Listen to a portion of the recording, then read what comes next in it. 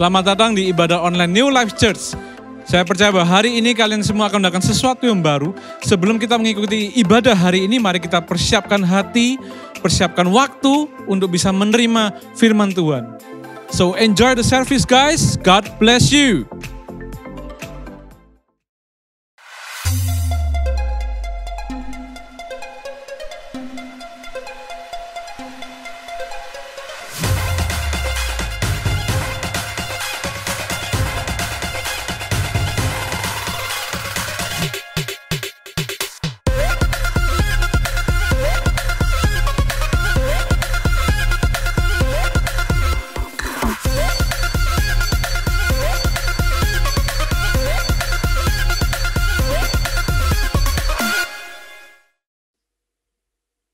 Church, dimanapun Anda berada saat ini, saya percaya bahwa hadirat Tuhan tidak terbatas oleh waktu, oleh jarak, dan oleh tempat.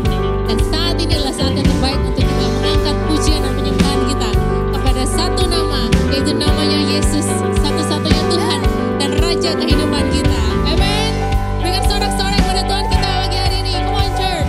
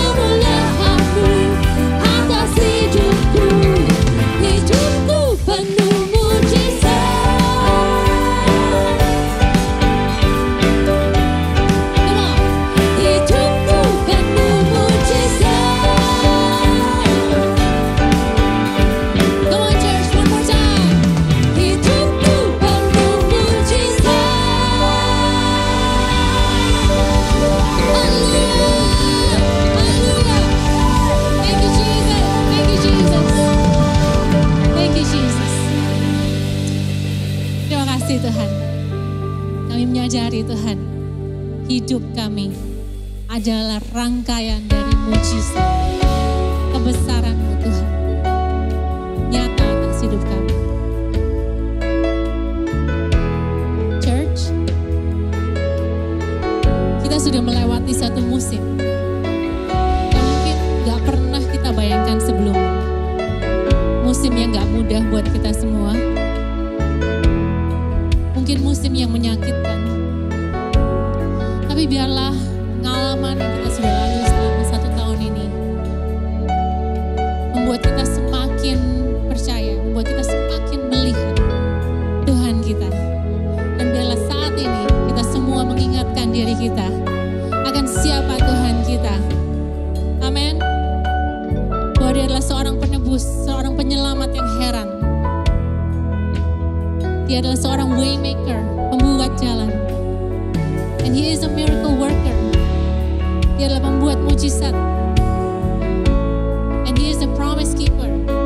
Tuhan kita adalah Tuhan yang selalu memenuhi janjinya untuk kita semua. Amen. Amen. So let's focus our heart. Mari kita fokuskan hati kita. Mari kita fokuskan pikiran kita.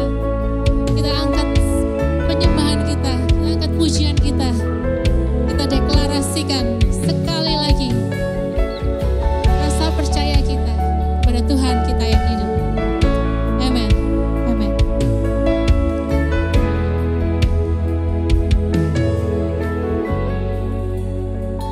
You are here, moving in our midst. I worship you. I worship you.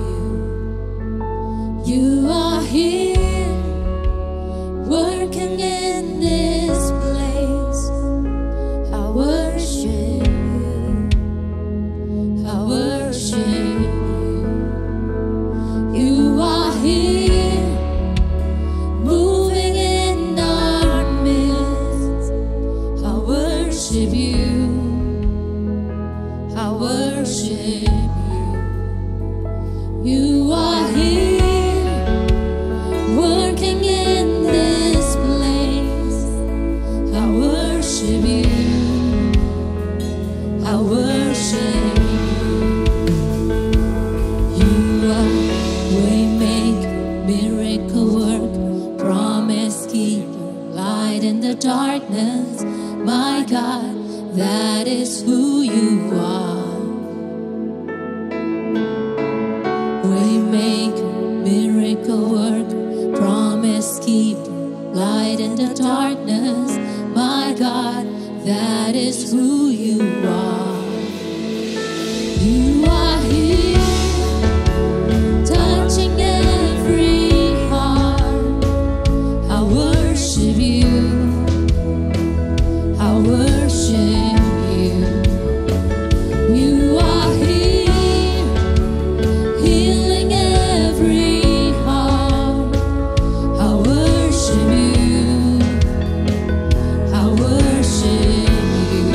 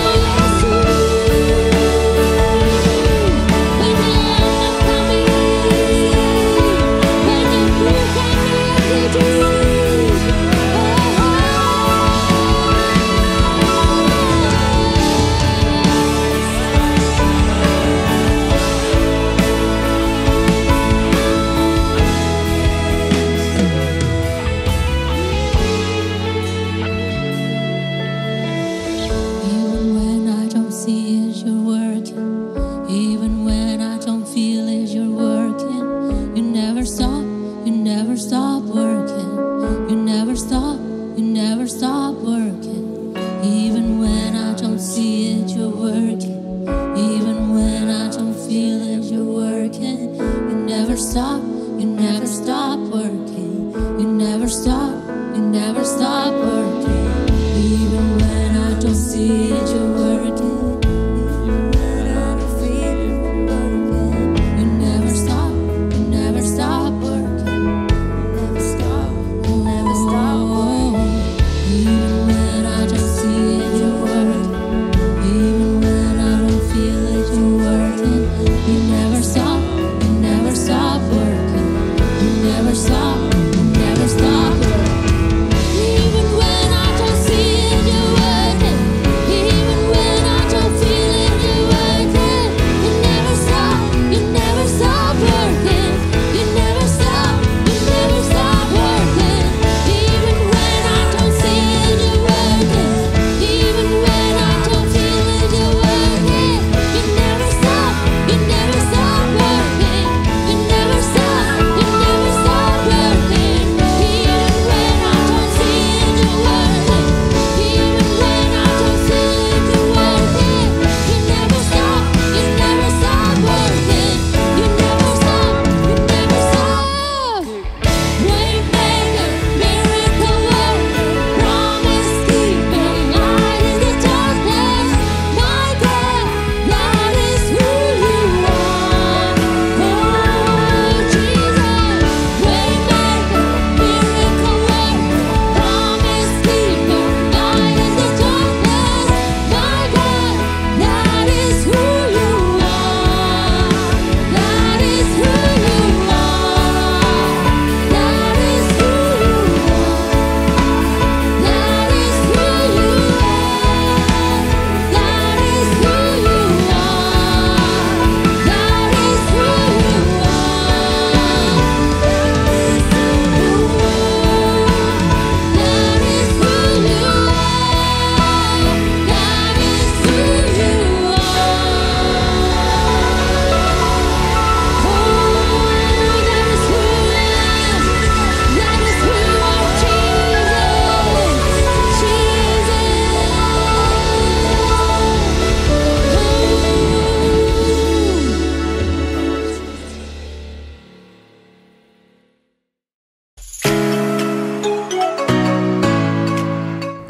Shalom Jemaat Tuhan, welcome to our Sunday Celebration Service.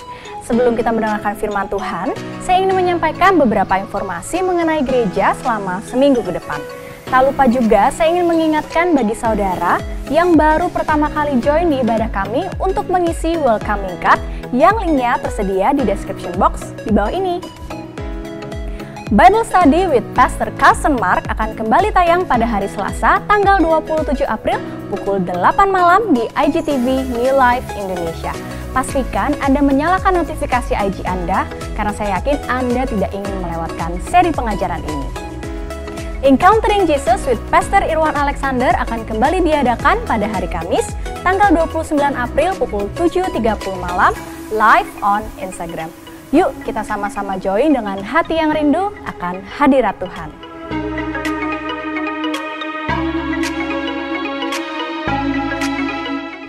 Minggu depan kita akan kembali dilayani oleh seseorang yang tentunya tidak asing lagi bagi kita, yaitu Pastor Stefanus Suwarno. Jangan lewatkan dan ajak seluruh keluarga dan kerabat Anda untuk menerima pewahyuan yang baru.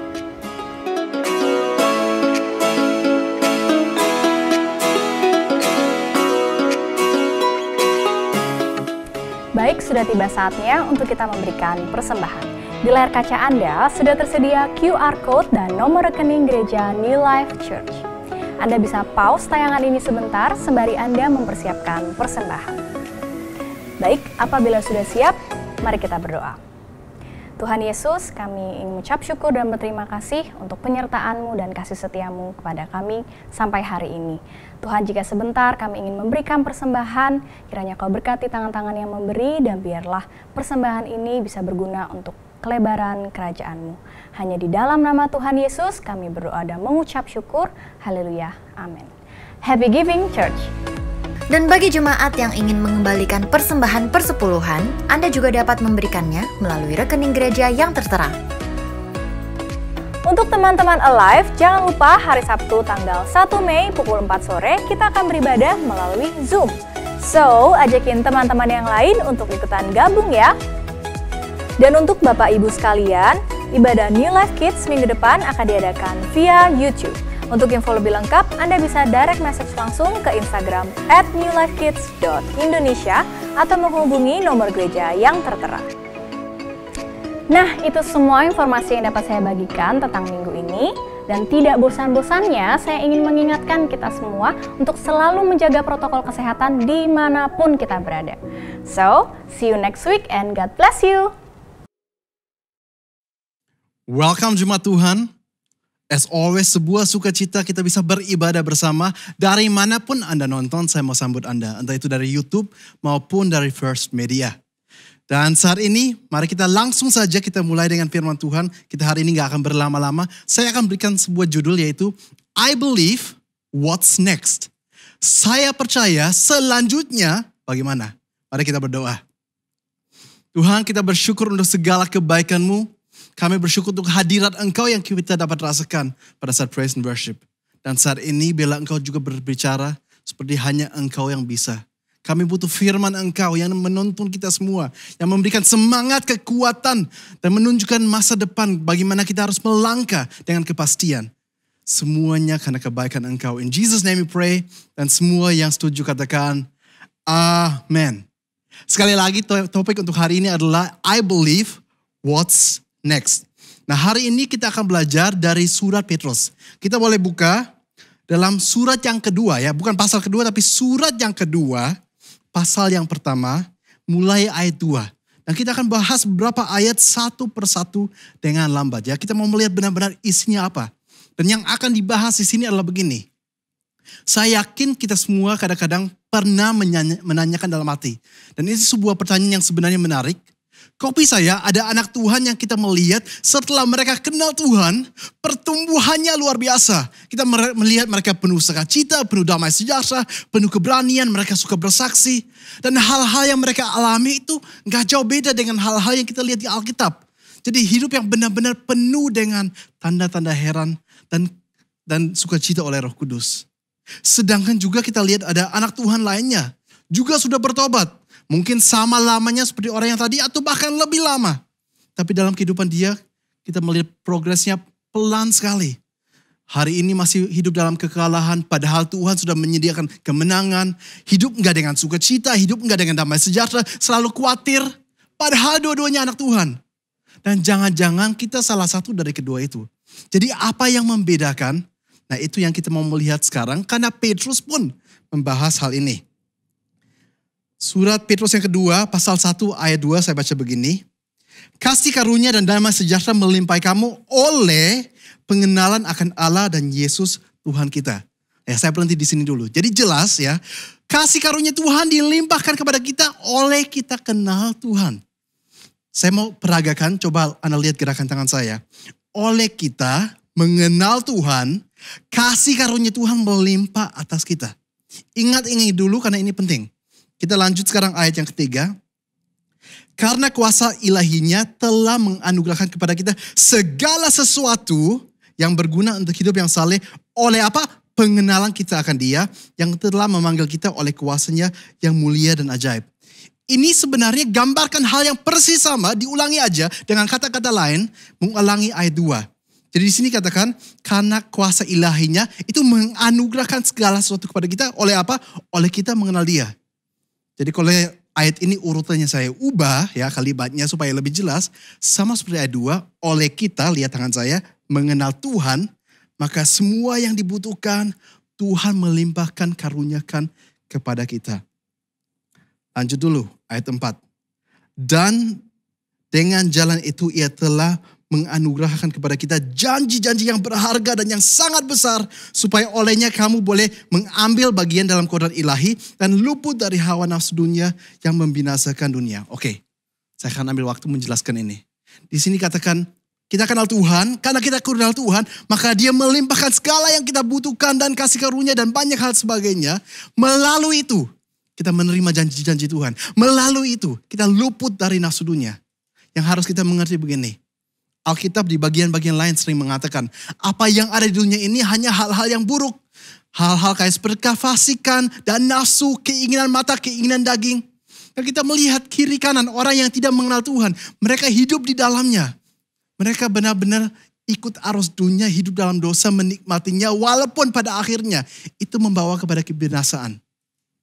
Masalahnya yang sekarang parah adalah begini. Kadang-kadang kita melihat anak Tuhan, hidupnya gak beda dengan mereka. Dan mungkin mereka punya banyak alasan.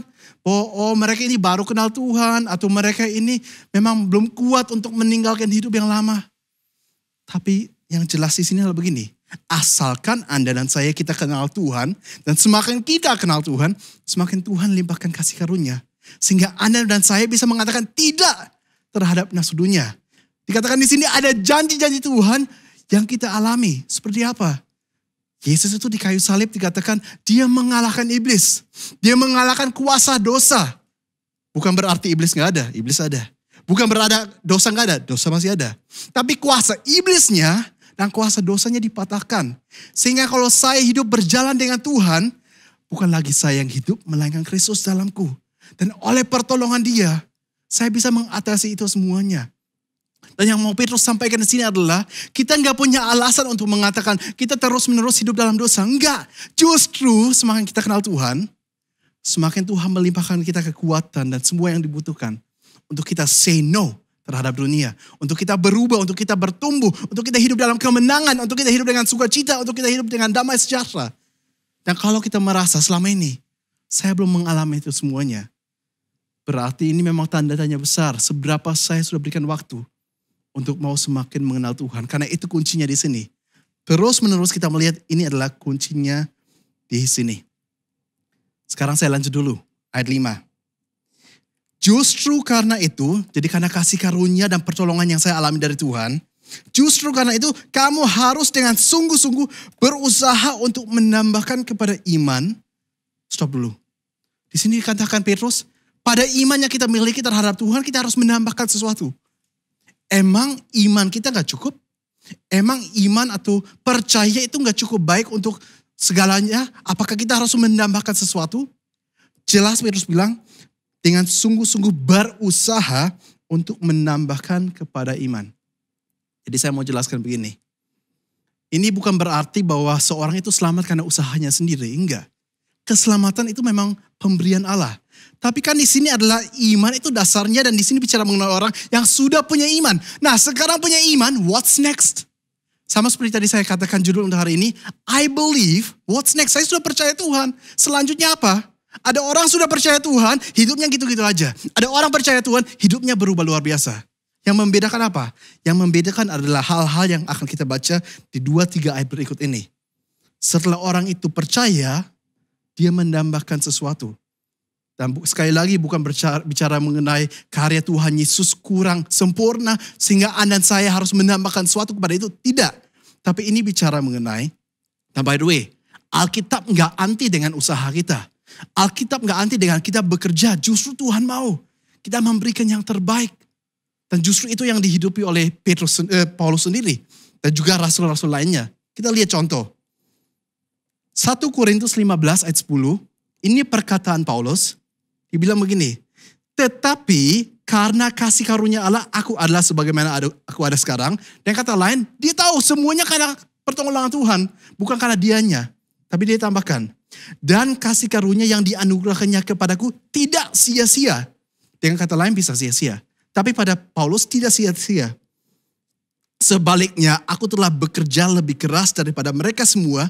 Tetapi bukannya aku, melainkan kasih karunia Allah.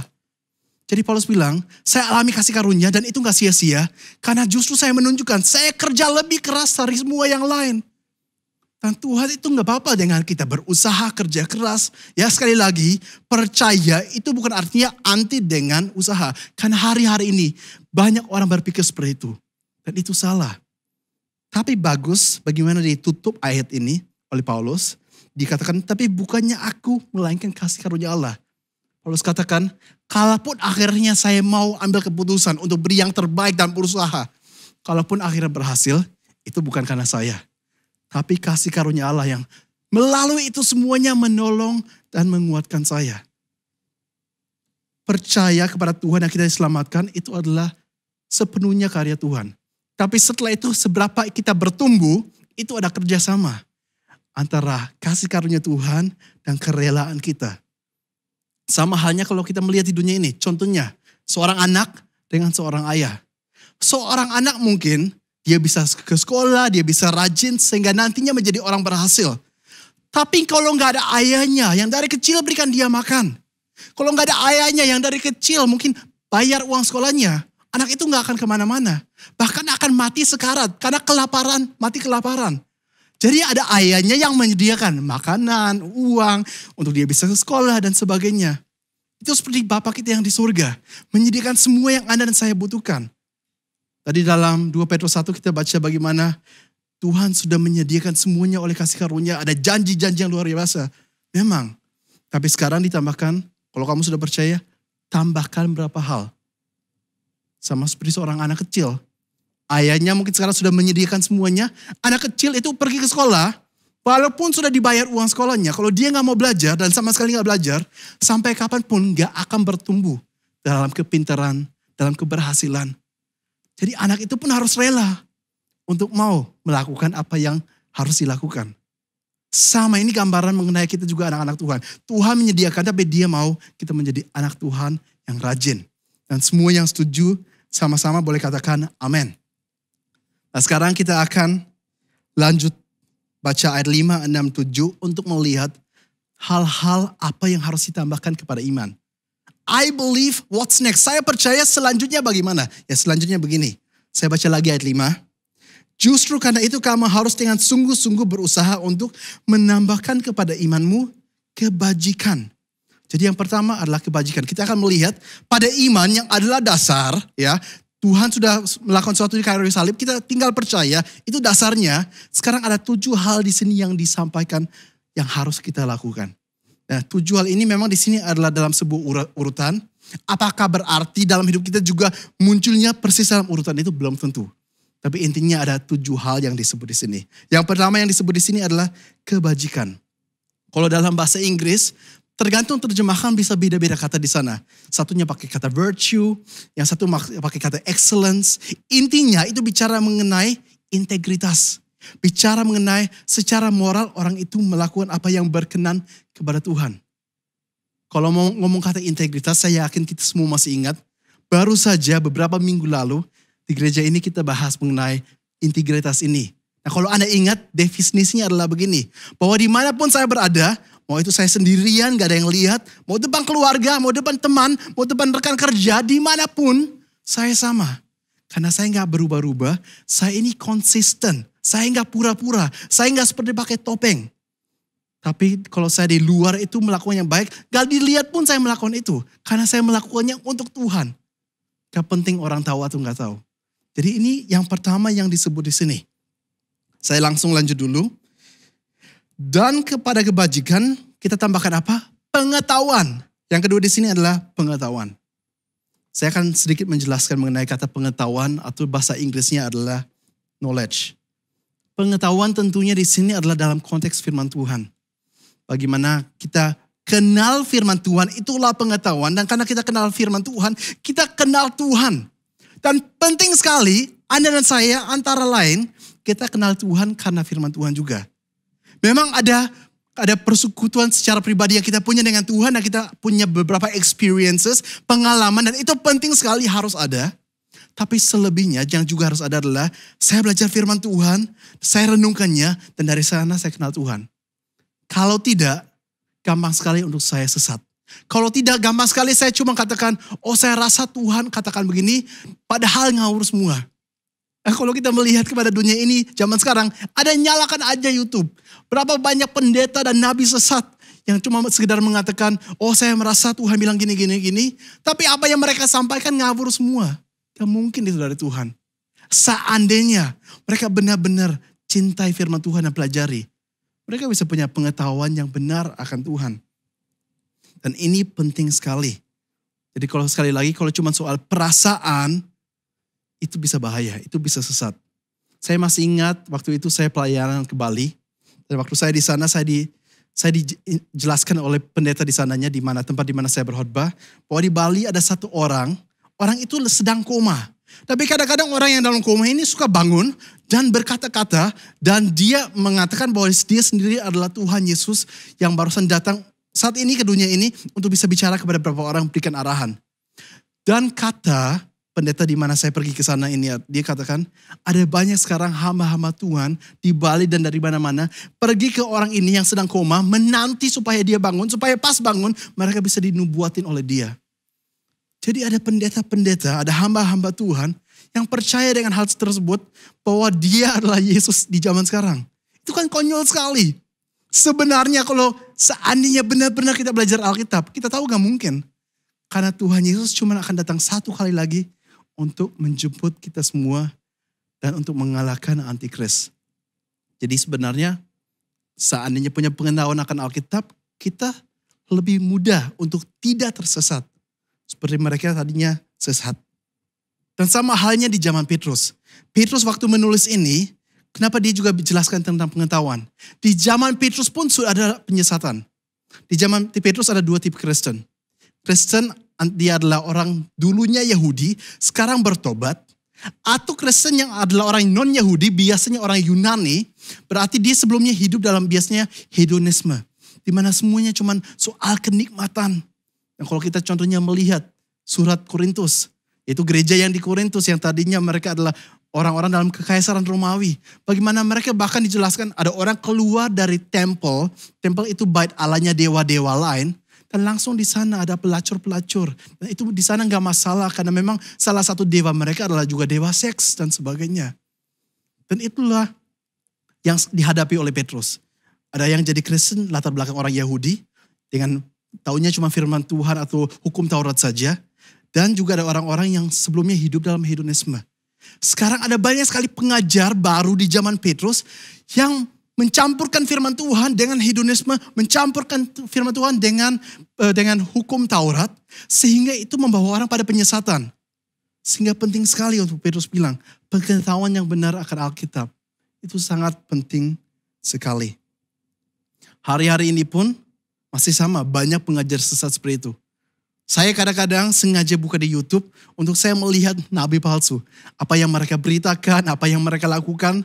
Kenapa saya nonton? Saya nonton tujuannya satu. Karena memang saya ingin tahu supaya saya bisa memberitahukan kepada jemaat apa yang salah. Jadi karena saya sudah tahu kesalahan-kesalahan, keanehan-keanehan apa yang ada di dunia ini.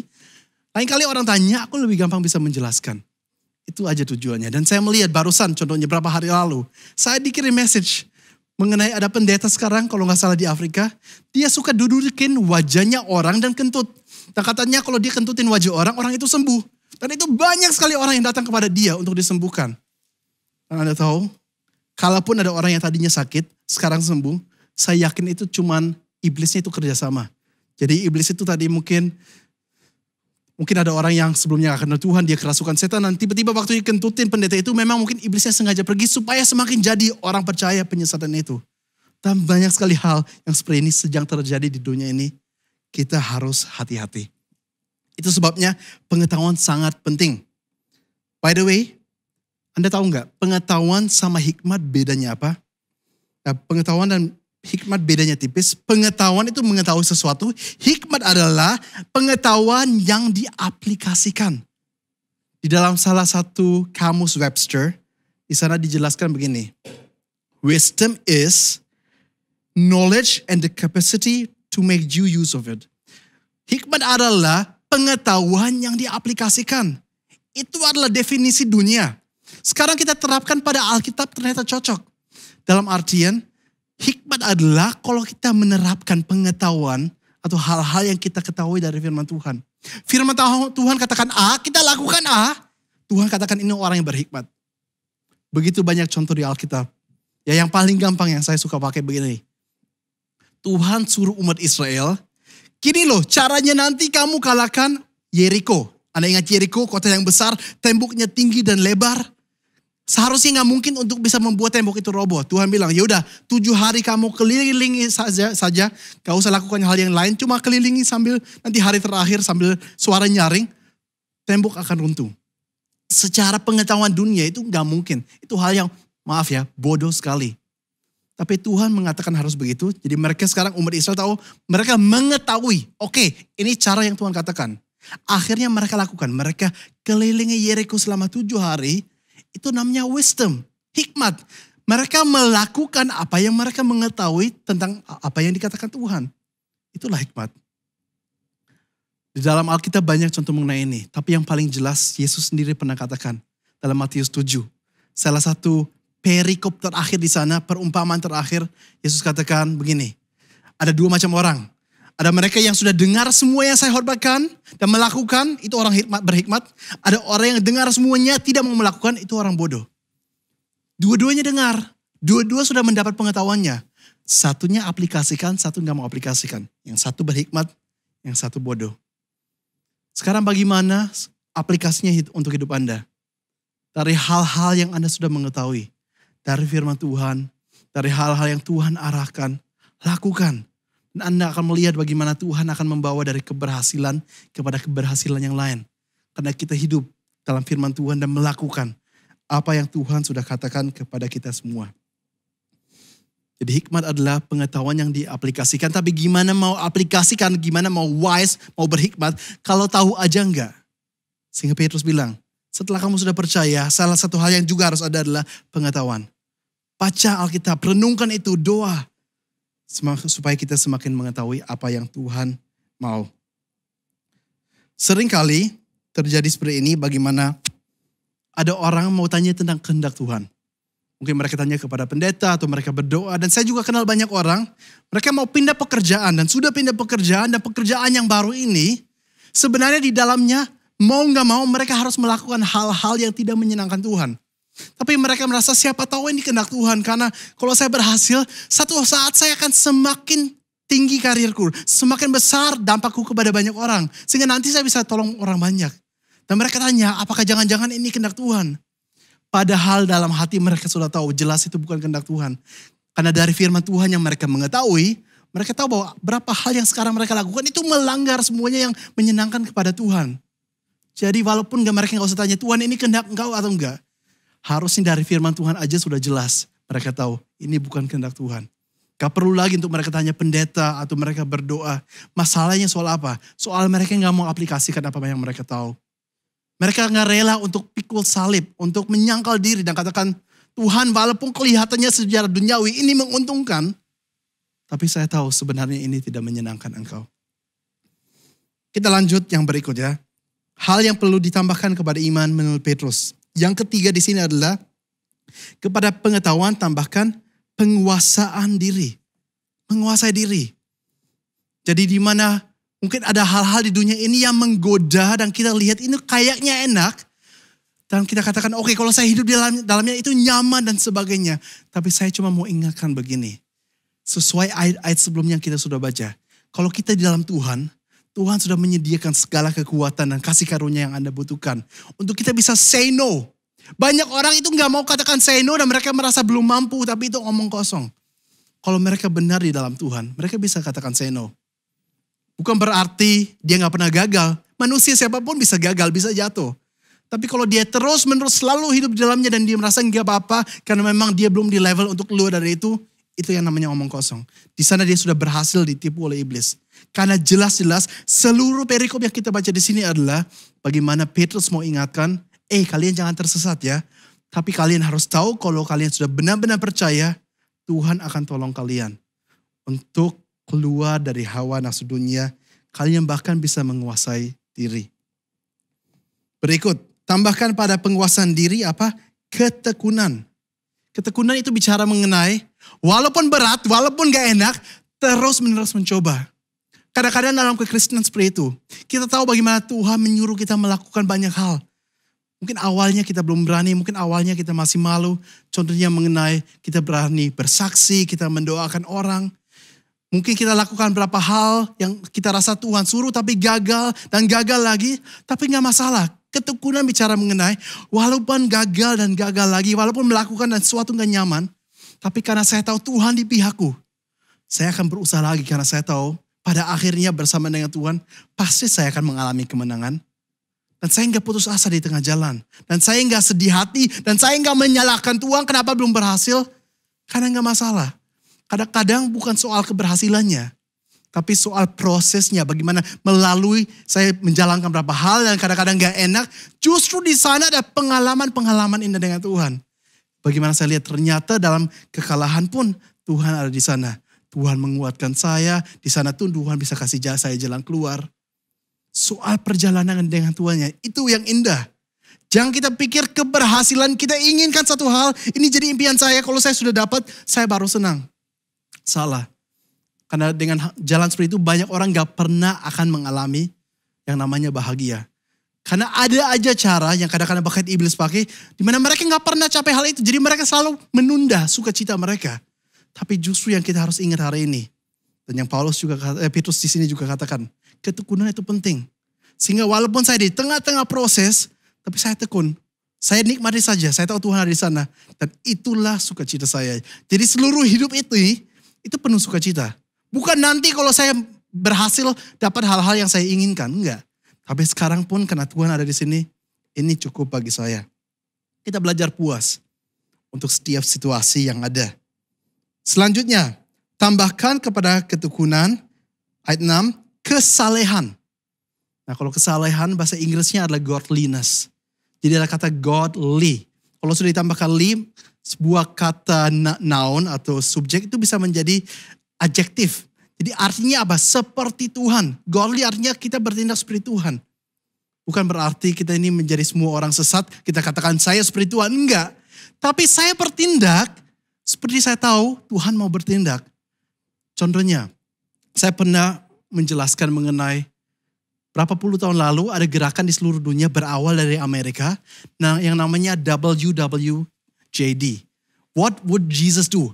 Apa yang kira-kira dilakukan Yesus? Dan sebenarnya itu gerakan yang bagus. Di mana orang-orang yang percaya, jadi bahkan di mana-mana ada gelang WWJD, ada poster dan sebagainya. Intinya, kalau saya di sebuah situasi, dan saya nggak tahu apa yang saya harus lakukan, saya dalam hati pikir aja, kira-kira apa yang Yesus akan lakukan di sini.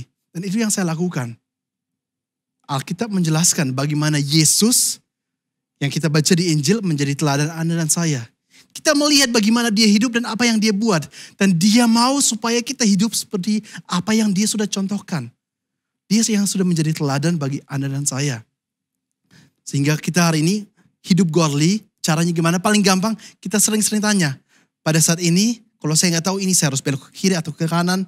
Ya dalam hidup saya, dalam hal apa yang saya harus lakukan. Kira-kira apa yang Yesus akan lakukan di sini. Cuma kita juga harus hati-hati.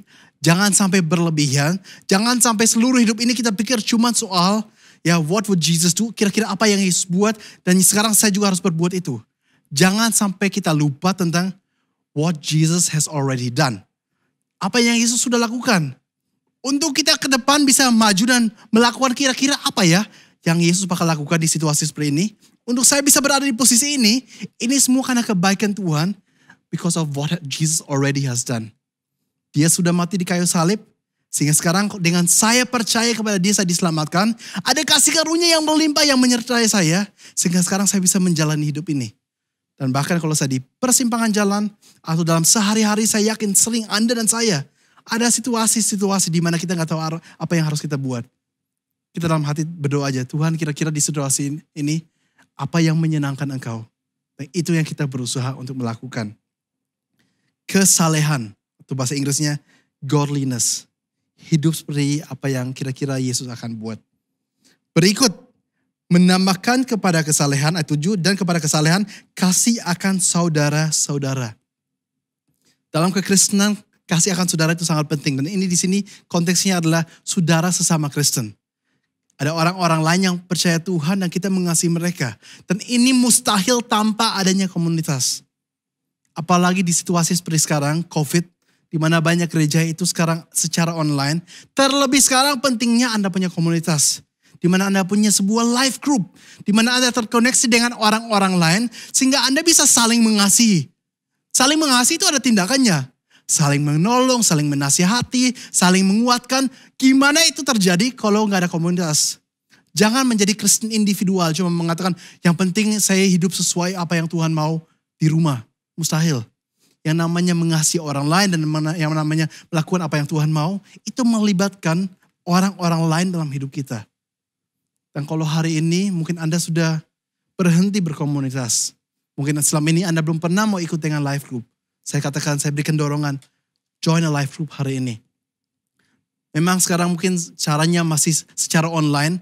Tentunya beda dengan offline. Tentunya beda dengan kita bisa ketemu. Kalau benar-benar bisa ketemu pasti jauh lebih seru dan sebagainya. Tapi paling gak sekarang pun di situasi ini. Kita bisa pakai cara-cara yang sudah tersedia untuk kita bisa berkomunitas. Walaupun itu lewat laptop, lewat HP. Kita bisa kenal orang lain. Kita bisa nasihati mereka, kita bisa telepon, kita bisa WhatsApp. Kita bisa tanya keadaan dan lakukan banyak hal. Karena yang namanya kekristenan itu selalu ada kata salingnya. Tuhan mau kita saling mengasihi. Petrus pun mengingatkan. Jadilah, mari kita semua jadi Kristen yang juga berkomunitas.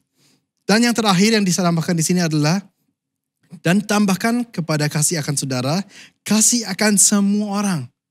Jadi termasuk orang-orang yang mungkin tidak satu iman dengan kita. Orang-orang yang bukan Kristen seperti kita. Justru Tuhan Yesus mau kita menjadi terang di tempat di mana ada kegelapan. Kegelapan dalam Alkitab bicara mengenai tempat di mana kekristenan belum ada. Tempat di mana kerajaan Tuhan belum established, belum dibangun. Mungkin Anda di tempat kerja, Anda mungkin di rumah, mungkin Anda dimanapun, di kuliah Anda. Di sana Anda bisa jadi terang. Tapi supaya terang Anda autentik, supaya terang Anda benar-benar terang, itu adalah karena Anda mengasihi. Bukan cuma karena tugas. Oke, kata Tuhan saya harus lakukan ini, saya lakukan untuk orang lain. Ya enggak. Tapi Tuhan mau ini berdasarkan kasih. Dan kalau itu ada kasihnya, orang lain dapat merasakan. Dan di sana Anda benar-benar akan menjadi terang. Jadi sekali lagi, Petrus di sini menyebutkan banyak hal yang perlu ada dalam kehidupan seseorang setelah dia percaya. Karena dengan semua hal ini, pertumbuhan dia akan lebih luar biasa, lebih cepat. Ini hal-hal yang harus ada, yang menyenangkan Tuhan. Jadi selain iman, ditambahkan 7 hal. Sekarang kita lanjut, kita akan tutup dengan ayat 8. Sebab apabila semuanya itu ada padamu dengan berlimpah-limpah, kamu akan dibuatnya menjadi giat dan berhasil dalam pengenalanmu akan Yesus Kristus Tuhan kita. Mungkin kita rasa ini kok aneh ya. Dikatakan kalau 7 hal tambahan yang tadi disebutkan Petrus ada dalam hidup kita dengan berlimpah-limpah, maka kita dibuat berhasil dan kita akan semakin mengenal Tuhan Yesus. Bukannya tadi dari ayat 2 sudah dikatakan, dari awalnya orang itu sudah bisa kenal Tuhan Yesus? Benar. Orang dari awalnya sudah bisa mengenal Tuhan Yesus. Dan semakin dia mengenal Tuhan Yesus, kasih karunia melimpah dia. Tapi ingat apa yang Petrus dan Paulus katakan. Kasih karunia itu jangan disia-siakan. Justru dengan kasih karunia kita alami, kita semakin mau giat. Kita semakin mau berusaha. Dan dengan kita giat dan berusaha melakukan itu semuanya, ini hal-hal yang begitu berkenan kepada Tuhan. Dan akhirnya karena kita lakukan ini, semakin kita bisa mengenal Tuhan. Karena kita semakin menyenangkan dia. Ini contoh yang gampang. Di dunia ini pun katakan ada 2 orang yang saling mengasihi. Orang pacaran atau gimana pun juga contoh ya. Seorang pria suka sama wanita. Dari awal sudah suka. Dari awal katakan dekat. Tapi setelah itu mereka juga harus saling kenal. Dan mereka harus bertumbuh bersama. Dan kalau sampai satu saat katakan mereka mau menikah. Dan mereka harus semakin menjadi cocok ya. Tapi kalau ternyata pria dan wanita ini. Contohnya pria itu mengetahui apa yang berkenan kepada wanita ini. Tapi malah dia melanggar semuanya dan dia tidak mau melakukan apa yang menyenangkan dia. Ya lama-lama hubungan mereka itu gak akan maju. Walaupun awalnya sudah berawal dari mereka saling mengasihi. Tapi dengan mereka bekerja sama dan mereka punya tujuan. Seandainya pria dan wanita ini kerja sama, mereka akan semakin dalam kasihnya sampai bahkan bisa menikah. Tapi kalau akhirnya mereka gak teruskan itu atau prianya ataupun wanitanya dengan sengaja melanggar atau membuat supaya orang itu gak senang lagi. Ya gak mungkin hubungan itu semakin intim. Sama halnya kita dengan Tuhan. Kita kenal Tuhan itu semua karena karya Tuhan Yesus di kayu salib kita dengan percaya bisa diselamatkan. Tapi setelah itu Petrus tanya, gimana selanjutnya? Harus ada usaha. Paulus katakan, saya gak buat sia-sia semua kebaikan Tuhan yang saya alami. Dan karena mereka berusaha berikan yang terbaik, semakin dalam hubungan mereka dengan Tuhan. Sekali lagi ini penting, bukan berarti selamat karena usaha, bukan. Tetap keselamatan kasih karunia. Tapi Tuhan inginkan hidup Anda, hidup saya, kita giat melakukan hal-hal yang menyenangkan Tuhan. Dan itu yang menjadi pesan Petrus. Karena Petrus melihat Ada banyak orang di zaman dia yang berawal dari mengenal Tuhan, tapi mereka pikir, ya pokoknya sudah kenal Tuhan sekarang hidup enak aja. Gak mau memikirkan tentang amanat agung, gak mau memikirkan tentang yang lain, gak mau memikirkan tentang mengasihi. Tanda-tanya besar apakah benar itu adalah orang yang beriman. Firman sampai sini saja saya sampaikan, mari kita berdoa. Tuhan, kita bersyukur untuk apa yang kita dengar sekarang. Kita tahu ada beda-beda tipe orang Kristen. Ada mereka yang percaya dan setelah itu pertumbuhan luar biasa. Ada mereka yang percaya, tapi hidup mereka itu stagnan, gak kemana-mana. Selalu mereka dalam duka cita, selalu mereka gak pernah bersyukur. Tapi Tuhan, kita mau menjadi orang yang pertama. Dimana setelah kita sudah mengenal Engkau, kita percaya kita bisa punya sukacita, damai, sejahtera, hidup dalam kemenangan. Dan kita tahu kita akan semakin mengalaminya. Dan kita semakin memberikan hidup ini untuk dipakai oleh Engkau. Dan itu pun kami tahu adalah kasih karunia Tuhan. Karena dalam segala hal yang kita mau lakukan, di sana pun Tuhan menolong. Sehingga hari ini kita bisa katakan semuanya bukan karena saya, tapi semuanya karena kebaikan Engkau. Dan saat ini, Bapak Ibu Saudara dimanapun Anda berada, mari kita angkat tangan ke surga. Biarlah berkat dari Allah Bapa, cinta kasih dari Tuhan Yesus, dan persekutuan yang indah oleh Roh Kudus menyertai Anda dari sekarang sampai selama-lamanya. In Jesus' name we pray. Amen. God bless you, church.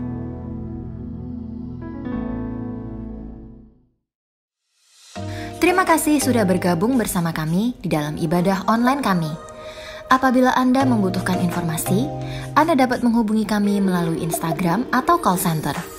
Have an awesome week ahead, stay safe, and God bless you.